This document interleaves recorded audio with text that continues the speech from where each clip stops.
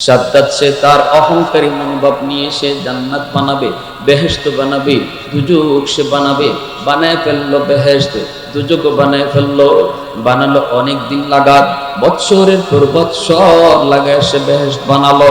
ভাইরা বন্ধুরা, এরপরে তার সেই স্বপ্নের বেহেশতে সে ডুববে। মনের ভিতরে কত স্বপ্ন, কত আশা নিয়ে সে বেহেশতে ডুববে। চললো চললো বেহেশত দেখার জন্য, মনের মাধুরী দিয়ে বানানো হলো। কোনো ইট তার স্মরণের, কোনোটা ইট রূপার, কোনোটা হীরা মণিমুক্তা জৌহরের। যেই মাত্র জান্নাত দেখার জন্য বেহেশতের কিনারায় চলে আসলো, এমনি সাদ্দাত দেখি তার ঘোড়ার সামনে একজন অপরিচিত মানুষ তার ঘোড়াটা আটকায় দিল। রাস্তা পার হতে দেয় না, সামনে যেতে দেয় না। বিশাল সৈন্যবহর, সবাই সরে যায়, কিন্তু ওই অপরিচিত মানুষটা সে তো সরে না, সে তার সামনে যেতে দিবে না। সাদ্দাত কয়, কে তুমি? তখনই মানুষটাই কয়, তুমি নামো, ঘোড়ার পিঠ থেকে তুমি নামো, তোমার সাথে কানে কানে কিছু কথা আছে। কয়, এত বড় সাহস তোমার, আমাকে চিনুনি? অপরিচিত মানুষটা, মুসাফির মানুষটাই কয়, চিনতে হবে না, তুমি একটু ঘোড়া থেকে নামো, আমি তোমাকে ভালো করে চিনি, কিন্তু তুমি আমাকে চিনো না। ঠিক না? ঘোড়ার পিঠ থেকে সাদ্দাত নামলো। কানে কানে যাওয়া মাত্রই অপরিচিত মুসাফির কানের কাছে আইসা তখন ডাক দিয়া বলতেছে, বাদশাহ, আমাকে তুমি চিনোনি? আমি হলাম মালাকুল মউত আজরাইল। আল্লাহ আমাকে পাঠাইছে তোমার জান কবজ করার জন্য, তুমি প্রস্তুতি নাও। সাদ্দাত পছন্দরে গেল। আজরাইলকে চিনে না এমন কোন মানুষ হয় না, ঠিক কিনা? জোরে বলুন। আজরাইল নাম শুনলে কেউ কাঁপে না এমন কোন মানুষ হয় না। যেই মানুষটা আল্লাহকে চিনে না, সেও আজরাইলকে চিনে। যে বলে দেয়ার ইজ নো গড, আল্লাহ বলতে কিছু নাই, সেও বলে ম্যান ইজ মর্টেল, মানুষ মরণশীল, মরতেই হবে, কেউ বাঁচার জন্য আসে নাই। ভাইরা বন্ধুরা, মালাকুল মউত আজরাইল আলাইহিস সালাম যখন তার পরিচয় জানালেন, সাদ্দাত তখন শুধু অনুরোধ করেছিল, ভাই আজরাইল, একটু সুযোগ দিবানি, আমি আমার স্বপ্নের বেহেশতটা একটা নজর দেখব, শুধু একটা নজর দেখব, আমাকে এতটুকু সময় তুমি দিবানি? মালাকুল মউত আজরাইল কয়, সাদ্দাত, ইযা জাআ আজালুহুম লা ইস্তাখিরুনা সাআতান ওয়া লা ইস্তাকদিমুন। আল্লাহ পাক কখনো কাউকে সময় দেয় না, সুযোগ দেয় না। যখন যেখানে যার মরণের আদেশ, এই জায়গায় তার মরণ হয়। প্রস্তুতি নিয়ে নাও। মুহূর্তের ভিতরে সাদ্দাতের জানটা কবজ করা হয়ে গেল। শখের আর স্বপ্নের বেহেশত আর দেখা সম্ভব হলো না। মালাকুল মউত আজরাইল, আল্লাহ তোমার আদেশ শিরোধার্য, চলে গেলেন যে আমার রূহটা কবজ করে নিয়ে আসলেন। কিন্তু মালাকুল মউত আজরাইলের ওই দিন মহিলার রূহটা কবজ করতে মায়া লাগছে। আজরাইলের রূহ কবজ করতে কখনো মায়া লাগে না, কিন্তু ওই দিন দুধের মার রূহটা কবজ করতে আজরাইল আলাইহিস সালামের মায়া লাগছে। কেন মায়া লাগছে? ওই দুধের বাচ্চাটার কথা খেয়াল করে। হ্যাঁ, এই দুধের বাচ্চাটার কি হবে, এই দুধের বাচ্চাটার কি হবে, এই চিন্তা করে মায়া লাগলো, কিন্তু রূহটা তো কবজ করে নিয়ে আসলেন। এইদিকে ভাইরা বন্ধুরা, ওই দুধের বাচ্চাটাকে আল্লাহ পাক কেমনে বাঁচান, কেমনে বাঁচান, আল্লাহ কেমনে দয়া করেন, একটু মন দিয়ে শোনেন। এইদিকে কাঠের উপরে বাসতেছে দুধের বাচ্চাটা। এবার মা নাই, মা নাই, দুধের বাচ্চা একা পানিতে ভাসায় ভাসায় একটা জঙ্গলের কিনারায় নিয়ে আসলো। এই জঙ্গলের কিনারায় কাঠটা লাগলো, বাচ্চাটাও কিনারায় ভাসলো। আল্লাহ পাক রব্বুল আলামিন দুধের বাচ্চাটার দুধের ব্যবস্থা আল্লাহ করলেন। কেমনে করতেছেন? এর যুবক, দুধের বাচ্চার দুধের প্রয়োজন, দুধ ছাড়া তার আর কোনো কিছুই তারে বুঝ দেয়া যাবে না। আল্লাহ তারে দুধ খাওয়াবেন কেমন করে? দুধের বাচ্চা তো দুধের জন্য কান্না করে, কিন্তু দুধ পাবে কোত্থেকে? আল্লাহ পাক জঙ্গলের একটা বাঘিনীকে আল্লাহ আদেশ করলেন, যেই বাঘিনীটা বাচ্চা প্রসবের পর বাচ্চা মারা গেল, এই বাঘিনীর দুধেও দুধ, কিন্তু তার দুধ খাওয়ার বাচ্চা নাই, বাচ্চা মারা গেছে। বাঘিনীটাও বড় কষ্টে আছে। আল্লাহ পাকের আদেশ, আল্লাহ পাকের ইশারা, নদীর কিনারায় তুমি চলে যাও। একটা দুধের বাচ্চা পানি কিনারায় এসে দুধের জন্য কান্না করে। আমি আল্লাহর আদেশ, আমি আল্লাহর আদেশ, তুমি বাঘিনী যায়া তাকে দুধ পান করাও। একটু জোরে কন্যা সুবহানাল্লাহ, আর একটু জোরে কন্যা সুবহানাল্লাহ। আল্লাহ চাইলে আল্লাহ পারে কি পারে না? আল্লাহ চাইলে পারে কি পারে না? ওই বাচ্চাটারে আল্লাহ পাক বাঘিনীর দুধ খাওয়াইলেন। এইদিকে দেখা গেল একটা জেলে নদীর কিনারা দিয়ে আসতেছে। নজরে পড়ে গেল কাঠের উপরে একটা সুন্দর বালুক। দেখা মাত্রই তার বড় মায়া লাগলো, কুলে উঠায় নিয়ে গেল। আর মনে মনে ভাবতেছে হয়তো কোনো জাহাজ ডুবছে সাগরে। আর এই দুধের বাচ্চাটা আল্লাহ পাক বাঁচায় নিছে। বাচ্চাটা গেল না, কারণ তার সাহস বড় বেশি, অনেক সাহস, অনেক সাহস। সে তাকায় তাকায় সৈন্য বাহিনী যাওয়ার যাত্রা দেখতেছে, দৃশ্য দেখতেছে। সেনাবাহিনীও তাকায় রইছে, সবাই ভয়ে ভয়ে চলে গেল। কিন্তু এই বাচ্চাটা কত বড় দুঃসাহস, সে তো গেল না, সে তাকায় তাকায় আমাদের দেখতেছে। এইভাবেই ও দেখতেছে, সেনাবাহিনীও দেখতেছে। ওই সেনাবাহিনীর মধ্যে ছিল একজন কানা মানুষ, অন্ধ মানুষ, অন্ধ মানুষ ছিল একজন অন্ধ সেনা।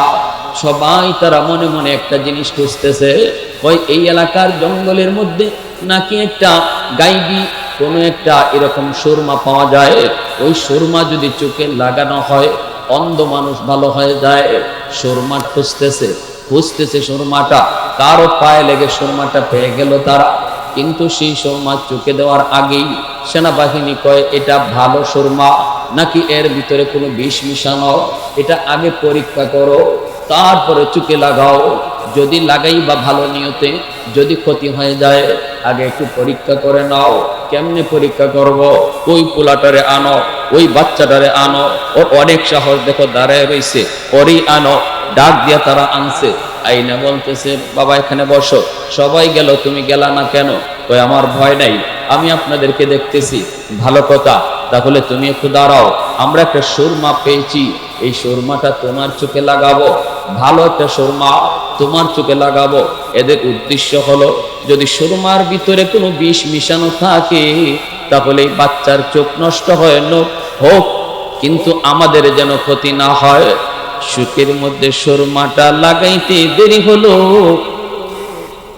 কিন্তু এই বাচ্চার চোখের সামনে অদৃশ্য জিনিস ভাসতে দেরি হলো না। ওরা মনে করছিল বিষ টিস মিশানো।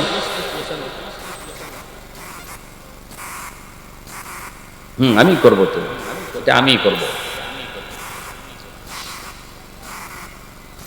ওরা মনে করছে যে এই বাচ্চার চোখ নষ্ট হয় হোক, আমাদের জন্য ক্ষতি না হয়। কিন্তু এই সুরমা তো সাধারণ কোনো সুরমাদানি নয়। চোখে লাগানো মাত্রই মাটির নিচের খনিজ সম্পদ তার চোখের সামনে ভেসে উঠল। আল্লাহু আকবার জোরে বলো। কিন্তু এই বাচ্চা বড় চালাক, কয় না কিছু, জিন ধরে আছে। এখন ওরা বলতেছে কিরে বাবা কি হয়েছে, তোমার চোখটার কি অবস্থা? তখন এই বাচ্চা কত ট্যালেন্ট, ও মনে মনে কয় আমি যদি বলি এই সুরমার কারণে আমি মাটির নিচের খনিজ সম্পদ দেখতেছি, তাহলে তো ওরা এই সুরমাদানিটা নিয়ে যাবে, আমাকে আর দিবে না। অতএব না না, এই কথা ওদেরকে বলা যাবে না। তখন বলতেছে আপনারা আমার চোখে কি লাগাইলেন? আমি তো চোখে কিছুই দেখতেছি না, আমার চোখটা তো মনে হয় নষ্ট হয়ে যাচ্ছে, মনে হয় আমার চোখটা তোমরা নষ্ট করে ফেলছো। এমনি সেনাবাহিনী করে বলছিলাম না এটাতে কোনো বিষ আছে, মনে হয় বিষ, তাড়াতাড়ি বাগো, এই বাচ্চার চোখ নষ্ট হয় হোক, আমাদের কি? তখন ওরা সুরমাদানি ফালাইয়া এই বাচ্চাদের এই জায়গায় রাইখা ওরা চলে গেল। আর বাচ্চা কেমন ট্যালেন্টের ট্যালেন্ট, ওরা চলে যাওয়ার পর সুরমাদানি নিজে উঠাইয়া বাড়ি নিয়ে আসলো। আইসেই বাবার একটা আব্বা একটা সুরমা পেয়েছি বলে কেমনে এমনে কত কি হয়েছে? আব্বা চোখে লাগানোর পর মাটির নিচের খনিজ সম্পদ আমি সব দেখতেছি, কোথায় স্বর্ণ, কোথায় রূপা, কোথায় হীরা, কোথায় মণিমুক্তা, সব কিছু আমি দেখতে পাইতেছি। তখনই গোত্র সর্দার কয়, বাবা তাহলে তো খুব ভালো হয়েছে, চলো তোমাকে নিয়ে চলবো। চোখে সুরমা দিয়ে শুধু বলবা এখানে কি আছে। আমার সৈন্যরা খুঁজে খুঁজে সেই সম্পদ তারা বের করবে। অল্প দিনের ভিতরে দেখা গেল পুরা গোত্র সর্দার স্বর্ণ রূপা হীরা মণিমুক্তা দিয়া তারা একদম লালে লাল হয়ে গেল। গোত্রের সবগুলা মানুষ তারা ধনী হয়ে গেল, অস্ত্র বানাইতে শুরু করলো, প্রাচুর্য আর প্রাচুর্য বাড়তে লাগলো। এইদিকে এই বাচ্চা বালক হলো, বালক হওয়ার পর দেখা গেল গোত্র সর্দার মারা গেল। সমস্ত গোত্রের মানুষ কাকে সর্দার বানাবে, সবাই মিলে এই বাচ্চাটার এই গোত্র সর্দার বানালো। এখন তো আর সে বাচ্চা না, এখন তো সে বালক, কই সে অনেক উপযুক্ত, সে বড় ট্যালেন্ট, সেই হবে আমাদের সর্দার। সর্দার হয়ে গেল, এখন সে সর্দার। বেশ কিছুদিন চলার পর এই যুবক আস্তে আস্তে বিশাল সৈন্য বাহিনী তৈরি করলো। টাকা পয়সার তো কোনো অভাব নাই, সৈন্য বাহিনী তৈরি করলো, শক্তিও জমালো, দেশের বাদশার বিরুদ্ধে যুদ্ধ ঘোষণা শুরু করলো। বিশাল যুদ্ধ হলো, বাদশাকে হারায়া দিল। এই যুবক এইবার হয়ে গেল এই এলাকার বাদশাহ। বাদশাহ হয়ে যাওয়ার পর এখানেই তার শেষ নাই। তার লোভ, তার ক্ষমতা তাকে আরো বাড়তে লাগলো। বাড়তে বাড়তে এক পর্যায়ে সব জনগণকে জিম্মি করে নিজেকে খোদা দাবি করে বসলো। আর এর নামই হলো সাদ্দাদ। এর নাম কি? নাম শুনছেন আপনারা? হ্যাঁ, নিজে যখন খোদা দাবি করলো তখন ওই সময়ের নবী হযরত হুদ আলাইহিস সালাম ইনি আসলেন, আয়েশা বলতেছেন, আপনি নাকি নিজের খোদা দাবি করছেন? সাদ্দাদ দেখো, হ, তো আপনার কি হয়েছে? আল্লাহর পয়গম্বর কয়, না, এমনটা করবেন না, কারণ খোদা মানুষ হতে পারে না। আমার খোদা যিনি, আপনার খোদাও তিনি। আসমান জমিনের মালিক যিনি, তিনি হলেন আমার আপনার খোদা। না না, আপনি এমন অন্যায় কাজ করবেন না। আল্লাহ পাক সেটা ধৈর্য, আল্লাহ পাক কখনো সেটা মেনে নিবে না। আযাব আসবে, গজব আসবে, পাকড়াও হবে, এমনটা আপনি করবেন না। আপনি আল্লাহকে মানেন।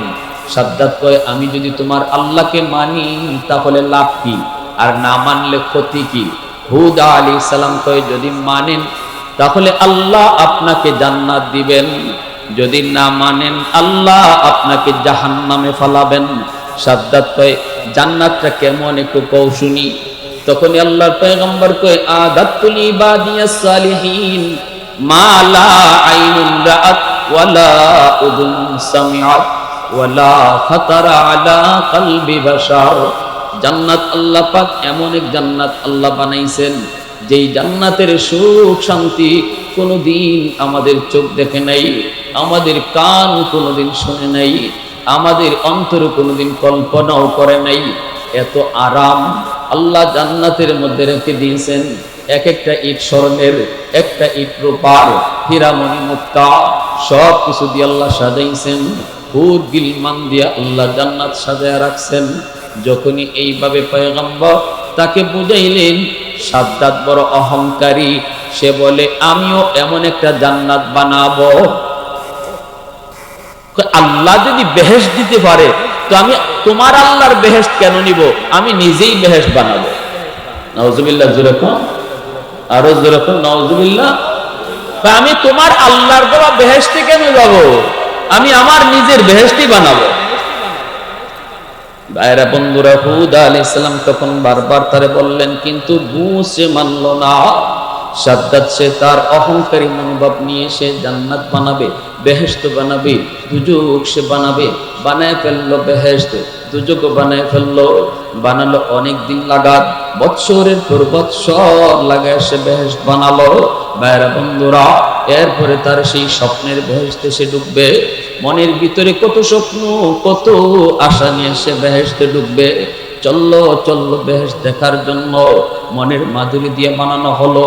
কোনো ইট তার স্মরণের, কোনোটা ইট রূপার, কোনোটা হীরা মণিমুক্তা জৌহরের। যেই মাত্র জান্নাত দেখার জন্য বেহেশতের কিনারায় চলে আসলো, এমনি সাদ্দাত দেখি তার ঘোড়ার সামনে একজন অপরিচিত মানুষ তার ঘোড়াটা আটকে দিল, রাস্তা পার হতে দেয় না, সামনে যেতে দেয় না। বিশাল সৈন্যবহর, সবাই সরে যায়, কিন্তু ওই অপরিচিত মানুষটা সে তো সরে না, সে তার সামনে যেতে দিবে না। সাদ্দাত কয়, কে তুমি? তখনই মানুষটাই কয়, তুমি নামো, ঘোড়ার পিঠ থেকে তুমি নামো, তোমার সাথে কানে কানে কিছু কথা আছে। এত বড় সাহস তোমার, আমাকে চিনুনি? অপরিচিত মানুষটা, মুসাফির মানুষটাই কয়, চিনতে হবে না, তুমি একটু ঘোড়া থেকে নামো, আমি তোমাকে ভালো করে চিনি, কিন্তু তুমি আমাকে চিনো না। ঠিক না? ঘোড়ার পিঠ থেকে সাদ্দাত নামলো, কানে কানে যাওয়া মাত্রই অপরিচিত মুসাফির কানের কাছে আইসা তখন ডাক দিয়া বলতেছে, বাদশাহ, আমাকে তুমি চিনোনি? আমি হলাম মালাকুল মউত আজরাইল। আল্লাহ আমাকে পাঠাইছে তোমার জান কবজ করার জন্য, তুমি প্রস্তুতি নাও। সাদ্দাত পছন্দরে গেল। আজরাইলকে চিনে না এমন কোন মানুষ হয় না, ঠিক কিনা? জোরে বলুন। আজরাইল নাম শুনলে কেউ কাঁপে না এমন কোন মানুষ হয় না। যেই মানুষটা আল্লাহকে চিনে না সেও আজরাইলকে চিনে। যে বলে দেয়ার ইজ নো গড, আল্লাহ বলতে কিছু নাই, সেও বলে ম্যান ইজ মর্টেল, মানুষ মরণশীল, মরতেই হবে, কেউ বাঁচার জন্য আসে নাই। ভাইরা বন্ধুরা, মালাকুল মউত আজরাইল আলাইহিস সালাম যখন তার পরিচয় জানালেন, সাদ্দাত তখন শুধু অনুরোধ করেছিল, ভাই আজরাইল, একটু সুযোগ দিবানি, আমি আমার স্বপ্নের বেহেশতটা একটা নজর দেখব, শুধু একটা নজর দেখব, আমাকে এতটুকু সময় তুমি দিবানি। মালাকুল মউত আজরাইল কয়, সাদ্দাত, ইযা জাআ আজালুহুম লা ইস্তাখিরুনা সাআতান ওয়া লা ইস্তাকদিমুন। আল্লাহ পাক কখনো কাউকে সময় দেয় না, সুযোগ দেয় না। যখন যেখানে যার মরণের আদেশ, এই জায়গায় তার মরণ হয়। প্রস্তুতি নিয়ে নাও। মুহূর্তের ভিতরে সাদ্দাতের জানটা কবজ করা হয়ে গেল। শখের আর স্বপ্নের বেহেশত আর দেখা সম্ভব হলো না। সমস্ত জালেমের শেষ পরিণতি আসেনি না? না, একটু দূরে আওয়াজ এখন আসেনি না? নাই। এজন্যই আমার নবী, রহমতের নবী, উম্মতের দল, সাবধান, তোমরা কখনো জুলুম করবা না। দুর্বলের উপরে জুলুম করো না, অসহায় মানুষের উপরে জুলুম করো না। ঘরের বউটা তোমার কাছে বড় দুর্বল, সে তার মা চাইরা, বাবা চাইরা, ভাই বোন, আপনজন, প্রিয়জন সব ছেড়ে স্বামীর হাত ধরে অচেনা জায়গায় এসেছি। এই ঘরে তার আপন বলতে কেউ নাই। এর যুবক, একটু দিলটা নরম করে কথাগুলি বোঝার চেষ্টা করো। তোমার ঘরে তোমার বিবি হলো সবচেয়ে বড় দুর্বল। এই জায়গায় তার মা নাই, ভাই নাই, বোন নাই, কেউ নাই। যেই মেয়েটা ছোট্ট থেকে বড় হলো মা বাবা, ভাই বোন সবার ভালোবাসা পেয়ে একটা সময়ে স্বামীর হাত ধরে অচেনা জায়গায় সে পাড়ি জমালো। যেই জায়গা ছিল তার চিরচেনা জায়গা, যেই মানুষগুলা ছিল তার আপন, ওই আপন মানুষগুলাকে সে চিরদিনের জন্য পর বানায়া স্বামীর করে চলে আসলো। এই জায়গায় আপন তার কেউ নেই। তুমি স্বামী যদি জুলুম করো, তুমি যদি তার উপর অত্যাচার করো, চোখের পানিটা মাটিতে পড়বে না। কখনো কখনো দেখবেন মহিলা ফোন দিয়া বাবার কাছে কয় না, বউয়েরা মার কাছেও জানায় না, স্বামীর বাড়ি নির্যাতনের কথা শোনায় না। কারণ মা অহেতুক টেনশন করবে, বাবা অহেতুক টেনশন করবে। পাকঘরে যায় চোখের পানিটা ফালায়, বাথরুমে যায় চোখের পানিটা ফালায়। এ যুবক, আমার নবী, রহমতের নবী কয়, ওই চোখের পানির ফুটাটা মাটি গ্রহণ করে না, আল্লাহর আদালতের ফাইলে গিয়ে জমা হয়ে যায়। কিয়ামতের ময়দানে বহু স্বামী স্ত্রীর মামলায় আল্লাহর আদালতে ধরা খেয়ে যাবে। কখনো কখনো মোহরের টাকা না দিয়ে ধরা খাবে। এমন বহু ছেলে পাওয়া যাবে, স্ত্রীর মোহরের টাকা না দিয়ে কবরে চলে গেছে। এমন বহু স্বামী পাওয়া যাবে, স্ত্রীর গায়ে হাত উঠাইছে। এমন বহু স্বামী পাওয়া যাবে, স্ত্রীকে মানসিকভাবে টর্চারিং করছে। কিয়ামতের ময়দানে আল্লাহর আদালতে বিচার, বিচার, দুর্বলের বিচার। আল্লাহ পাক রব্বুল আলামিন বলবে, বান্দা, তোর নামাজ তোর এই জায়গায় আটক, তোর হজ এখানে আটক, তোর রোজা, তোর তাসবিহ, তোর তাহলিল সব এখানে আটক। তোর স্ত্রীর মামলা আছে তোর বিরুদ্ধে, এই মামলা ডিসমিস কর, এরপরে তুই জান্নাতে যা। আমি আল্লাহর হক যা নষ্ট করেছো মাফ করে দিলাম, কিন্তু মানুষের হক যা নষ্ট করেছো এই ব্যাপারে আমি আল্লাহ কিছু জানি না। ওই দিন আপনি স্ত্রীর কাছে মাফ চাইবেন, কিন্তু স্ত্রী আপনাকে মাফ দিবে না, কারণ হাসরের ময়দান কেউ কাউকে মাফ দেয় না। ঠিক কিনা জোরে কও? হাসরের ময়দান দয়া দেখানোর জায়গা না, হাসরের ময়দান আদায় করে নেওয়ার জায়গা। বলবে বিবি গো, এত আদর করেছি, এত মায়া, ঈদে ঈদে তোমাকে নতুন শাড়ি কিনে দিয়েছি, আজকে আমাকে মামলা দিয়ে আল্লাহর দরবারে আটকাও না, দয়া করে তুমি মাফ করে দাও। কিন্তু কোন স্ত্রী স্বামীকে মাফ দিবে না। মার মামলা থাকবে সন্তানের উপরে, বাবার মামলা থাকবে সন্তানের উপরে। সন্তান মার কাছে হাত জোর করে মাপ চাবে, বিন্দু পরিমাণ মায়া সন্তানকে দেখাবে না। যেই মা দুনিয়াতে কেউ যদি তার সন্তানকে মারতে আসতো, মা আগে দাঁড়ায় বলতো আমাকে তোরা হত্যা কর, কিন্তু আমার সন্তানের গায়ে তোমরা টাচ করবা না। ওই মা ও কিয়ামতের ময়দানে সন্তানকে বিন্দু পরিমাণ মায়া দেখাবে না। আমার ভাইরা বন্ধুরা, জন্য বলছিলাম যুবক, মানুষের হক বড় খতরনাক, বড় সঙ্গীত। নামাজ তোমার আটক, রোজা তোমার আটক, হজ তোমার আটক। এজন্যই তো আমার নবী, রহমতের নবী, মরজ মউতের আগে নবীজি মসজিদে নববীতে এলান করেন, সাহাবীরা কোন দিন জানি আমার মরণের ডাক চলে আসে, এর আগে আমি তোমাদের কাছ থেকে মাপ নিতে চাই। যদি আমি কারো হক নষ্ট করে থাকি, আমি যদি কাউকে কষ্ট দিয়ে থাকি, আমি নবী তোমাদেরকে আবদার করি, আদায় করে নাও আদায়। মরণের পরে আল্লাহর আদালতে মামলা দিও না। নবীজি যেই মাত্র মসজিদে নববীতে বললেন, আমার কাছে কারো কোনো পাওনা আসেনি একটু বলো, সাথে সাথে একজন সাহাবী দাঁড়ায় বলেন, ইয়া রাসূলুল্লাহ, আমার পাওনা আছে, আমার পাওনা আছে। নবীজি বলেন, কি পাওনা তুমি বলো। সাহাবী কয়, নবী গো, একদিন আপনি আমার পিঠে চাবক মারছিলেন, চাবক। তবে চাবকটা আপনি জেনে শুনে মারেন নাই, আপনি ঘোড়ার পিঠে উঠছেন, উইটে ঘোড়াকে চাবক দিছেন, আমি ঘোড়ার পিছনে দাঁড়ানো ছিলাম, চাবকটা ঘোড়ার পিঠে না পইরা আমার পিঠে পড়ছিল। আজও পর্যন্ত আমি কাউকে বলি নাই। আজ যখন আপনি মাপ চাইতেছেন, বদলা নিতে বলেন, এজন্য আমি বললাম, ওগো নবীজি, আমার পিঠে আপনার একটা চাবকের পিঠা আছে। আল্লাহর নবী কয়, তুমি বদলা নিতে চাও, বদলা নিয়ে নাও, দ্রুত আমার কাছ থেকে বদলা নিয়ে নাও, দ্রুত আমার কাছ থেকে বদলা নিয়ে নাও। আমি নবী কারো হক নিয়ে কবরে যেতে চাই না, এটা আল্লাহ কখনো মাফ দেয় না। নামাজ একত্র কাজা হয়েছে, আল্লাহ চাইলে মাফ করে দিবে, কিন্তু কোনো মানুষের হক নষ্ট করে কেউ কোনোদিন মাফ পাবে না। সাহাবী কয়, ইয়া রাসূলুল্লাহ, আমি বদলা নিব। আল্লাহু আকবার জোরে কর। মসজিদে নববীতে কান্নার রুল পড়ে গেল। সমস্ত সাহাবায়ে কেরাম অবাক অবাক, সবাই তো অবাক হয়ে তাকিয়ে রইলেন। আবু বকর সিদ্দিক দৌড় দিয়ে আসলেন, আয়েশা সাহাবীকে বুকে জড়ায় কান্না করে কয়, ভাইরে, তুই কি বলো, আমার নবীকে তুই চাবক মারবি? কয়, হ, আমি চাবক মারবো। আবু বকর কয়, না না, এমন করবি না, আমি আবু বকরের পিঠে তুই একটা না দুইটা না 100টা চাবক মার, তবু আমার রহমতের নবীর গায়ে হাত উঠাবি না। আল্লাহ নবী কয়, আবু বকর, রাস্তা ছেড়ে দাও, তাকে সামনে আসতে দাও। দুনিয়ার জমিনে পিঠে চাবুক নেওয়া ভালো, কিন্তু আল্লাহর আদালতে চাবুক নেওয়া ভালো না। দুনিয়ার আদালতে মাপ নিয়ে নেওয়া বুদ্ধিমানের কাম, আল্লাহর আদালতে মামলা নিয়ে হাজির হওয়া বোকার কাম।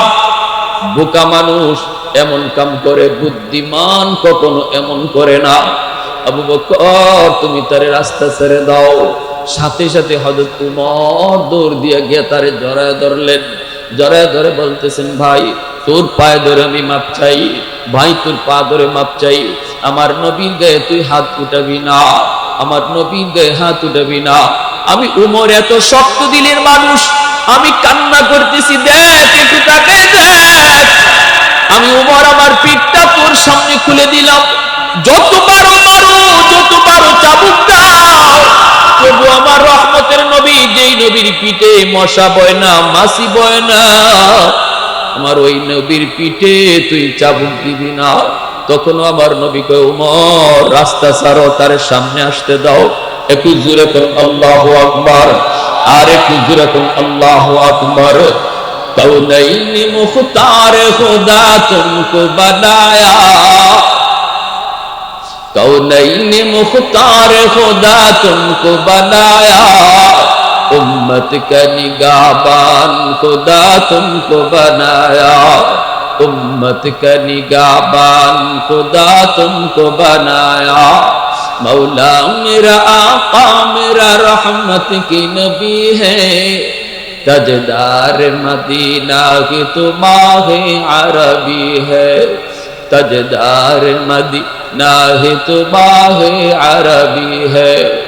নবীজি কয়, না রে উমর, কেউ তারে বাধা দিও না, বাধা দিও না, আমি আমার উম্মতকে মরণের আগে শিখায় যাইতেছি। যেরকম সুবহানাল্লাহ। আজ যদি আমি নবী পিঠে চাবুক নেই, আমার উম্মত সেটা সারা জীবন মনে রাখবি। কেউ কোনোদিন কারো হক নষ্ট করে কবরে আসবে না। বুদ্ধিমান মরণের আগে আগে হক ফিরে দেয়। ভাই যদি বোনের হক নষ্ট করে, আল্লাহ কর্তৃক সম্পদ আল্লাহ বন্টন করে দিয়েছে, বাবা মারা যাওয়ার পর এই সম্পদে কেমনে বন্টন হবে, ভাই কত অংশ পাবে, বোন কত অংশ পাবে, আল্লাহ সেটা নিজে বন্টন করে দিয়েছে। কোনো ভাই যদি এমনটা করে বোনকে ঠগায়, তাহলে সে কবরে যাওয়ার আগে আগে অন্তত বোনদেরকে ডাইকা আবার সম্পদ ফিরাইয়া দিবে। সে হলো দুনিয়াতে বুদ্ধিমান। আল কাইয়িসু মান দানা নাফসাহু ওয়া আমিলা লিমা বাদাল মাউত। যদিও কখনো দুনিয়াতে রাগের বশে দুর্বলের উপর হাত উঠাইছিল, ওই মানুষটা খুব দ্রুত দুর্বলের কাছ থেকে মাপ চেয়ে নিবে। যদি সে বুদ্ধিমান হয়, যদি সে কারো উপরে হাত উঠায়, যদি সে কাউকে বকা দিয়ে থাকে, মরণের আগে আগে তার কাছ থেকে মাফ নিবে। কারণ কিয়ামতের ময়দানে আল্লাহ এক ওয়াক্ত নামাজ কাজা হলে আল্লাহ মাফ করবে। কিন্তু এই হক যেটা মানুষের নষ্ট হয়েছে, এই ব্যাপারে আল্লাহ বলবে, আমি কিছু জানি না, এটা আমার বিষয় না, যার সাথে মামলা তার কাছ থেকে ডিসমিস করো। এজন্য চেয়ারম্যান যারা হইছো, মেম্বার যারা হইছো, মনে রাখো, জনগণের মাল যদি তোমরা খাও, গম চুরি করে খাও, টিন চুরি করে খাও, রাস্তার টাকা খাও, কিয়ামতের ময়দানে দেখবা হাজার জনের মামলা তোমার বিরুদ্ধে। একজন দুইজনের মামলা না, প্রতিনিধি হওয়া যেমন আল্লাহর দরবারে অনেক দামি। এই হক যদি নষ্ট করা হয়, তার জন্য আযাব কত বড়। এজন্যই নবী কয়, কোন চেয়ারম্যান, কোন মেম্বার, কোন প্রতিনিধি যদি আল্লাহর ভয় অন্তরে রাইখা জনগণের খেদমত করে, তাহলে নামাজ রোজা নফল নামাজ পড়ে একজনে যতদিনে আল্লাহর ওলি হবে, একজন চেয়ারম্যান আল্লাহর ভয় অন্তরে নিয়া জনগণের খেদমত কইরা এর আগে আল্লাহর ওলি হয়ে যায়। কারণ মানুষের খেদমতের উপরে কোনো নফল বন্দেগী নাই। অতএব অল্প দিনে যেমন আল্লাহর ওলি হওয়া যায়, মানুষের হক নষ্ট করলে তার শাস্তি দেওয়া হয় আল্লাহর দরবারে তত বেশি। আমার ভাইরা বন্ধুরা, আমার নবী রহমতের নবী কয়, সাহাবীরা শোনো, কেউ তারে বাধা দেবা না, আমার সামনে তারে আসতে দাও, আর কেউ তার সামনে না। সাহাবী আসতেছেন, মদিনার মসজিদ একদম নীরব নিস্তব্ধ হয়ে আছে। সাহাবায়ে কেরামের চোখ থেকে পানি ঝরতেছে, সবাই কান্না করে।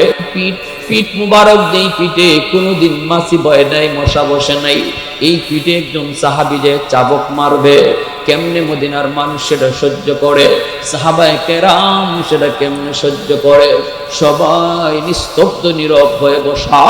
সাহাবী সামনের দিকে আগাইতে লাগলেন, নবীজির কাছে যায় বলতেছে, ইয়া রাসূলুল্লাহ, ওগো নবীজি, আমাকে আপনি যেদিন মারছেন ওই দিন আমার গায়ে কোনো জামা ছিল না। যদি 100 সমানে সমানে বদলা নিতে হয়, তাহলে আপনার গায়েও কোনো জামা রাখতে পারবেন না। তখন ছিল আমার খালি গায়ে কোনো জামা ছিল না। যদি সমানে সমানে আমার বদলা নিতে হয় তাহলে আপনিও জামা রাখতে পারবেন না। মায়ার নবী, দয়ার নবী এই কথা শোনার পর নবী নিজে জামা খুলে ফেলতেছেন। আল্লাহু আকবার, জোরে বলেন, একটু জোরে আওয়াজ দেখুন না, আল্লাহু আকবার, আরো জোরে বলুন না, আল্লাহু আকবার। রহমতের নবী তার জামা খুলে ফেলতেছেন, জামা খুলে ফেলতেছেন। মদিনার মসজিদে কান্নার রুল পড়ে গেল, রুল। সাহাবীরা কান্দে আর কইলেন, না না, এমন করবি না, এমন করবি না, আমার রহমতের নবীর গায়ে তুই হাত দিবি না। সবাই হাউমাউ করে কাঁদতেছে, কারণ আমার আল্লাহ এমন ভাবে আমার নবীকে বানাইছে, এমন ভাবে আমার নবীকে বানাইছে। কান্নাকা কুলিকতা কামা তাশাউ। সাহাবী কই, নবী গো, আপনার দিকে তাকাইলে মনে হয় আল্লাহ আপনার মর্জির মতো আপনাকে বানাইছে। চোখ বানানোর আগে যেন আল্লাহ আপনারে জিজ্ঞেস করেছে, বন্ধু আমি তোমার চোখ বানাবো, কেমনে চোখ বানালে তুমি খুশি একটু বলো। নবী গো, আপনি যেভাবে বলছেন এভাবেই যেন আপনার চোখটা আল্লাহ বানিয়ে দিছে। আপনার কপালের দিকে তাকাইলে মনে হয় আল্লাহ আপনারে জিগাইয়া কপাল বানাইছে। আপনার পিঠের দিকে তাকালে মনে হয় আল্লাহ আপনারে জিগাইয়া জিগাইয়া আপনার বডিটা বানাইছে। এত সুন্দর করে আমার আল্লাহ আপনারে বানাইছে। আজকে আমার ওই নবীর খালি গায়ে তুমি চাবুক মারবা না রে সাহাবী, না, এমন করবি না, এমন করবি না। কিন্তু আমার নবী যেই মাত্র জামা খুলছেন, সাহাবী তো কারো কান্না শোনে না, ইনি তো চাবুক হাতে নিয়ে নবীর পিছনে গিয়ে দাঁড়ায় গেছে। আমার নবী তো জামা খুলে ফেলছেন, এখন তো নবীর পিঠে আর কিছু নাই। নবীর পিঠ থেকে জামাটা টান দিয়ে এইভাবে সামনে খুলে ফেলছেন, নবীর পিঠে আর কিছু নাই, নবীর পিঠটা খালি। সবাই তাকায় আছে ইনি চাবুক মারবে, কিন্তু হঠাৎ করে দেখা গেল কি, চাবুকটা হাত থেকে ফালাইয়া আমার নবীর পিঠের মধ্যে যে মোহরে নবুয়ত, যেই মোহরে নবুয়ত কেউ দেখে না, নবী কাউকে দেখায় না, দেখায় না, ওই মোহরে নবুয়তে ইনি চুমা খাওয়া শুরু করছে। একটু আওয়াজ দেখুন না, সুবহানাল্লাহ, আরো জোরে সুবহানাল্লাহ। উলফত মে তেরি ওয়াইসিনে দন্দন কো তোরা, अबू बकर उमर नक्श कदम तेरा न छोड़ा, उल्फत में तेरी वैस ने दंदान को तोड़ा, अबू बकर उमर नक्श कदम तेरा न छोड़ा, आयो शाख नबी वाक़े असरार मदीना, सुल्तान का सुल्तान है सुल्तान मदीना, सरकार का सरकार है सरकार मदीना, गुलजार का गुलजार है गुलजार मदीना। मोहब्बतेर साथे कोन अल्लाहु আকবার, आरो जोरे अल्लाहु আকবার।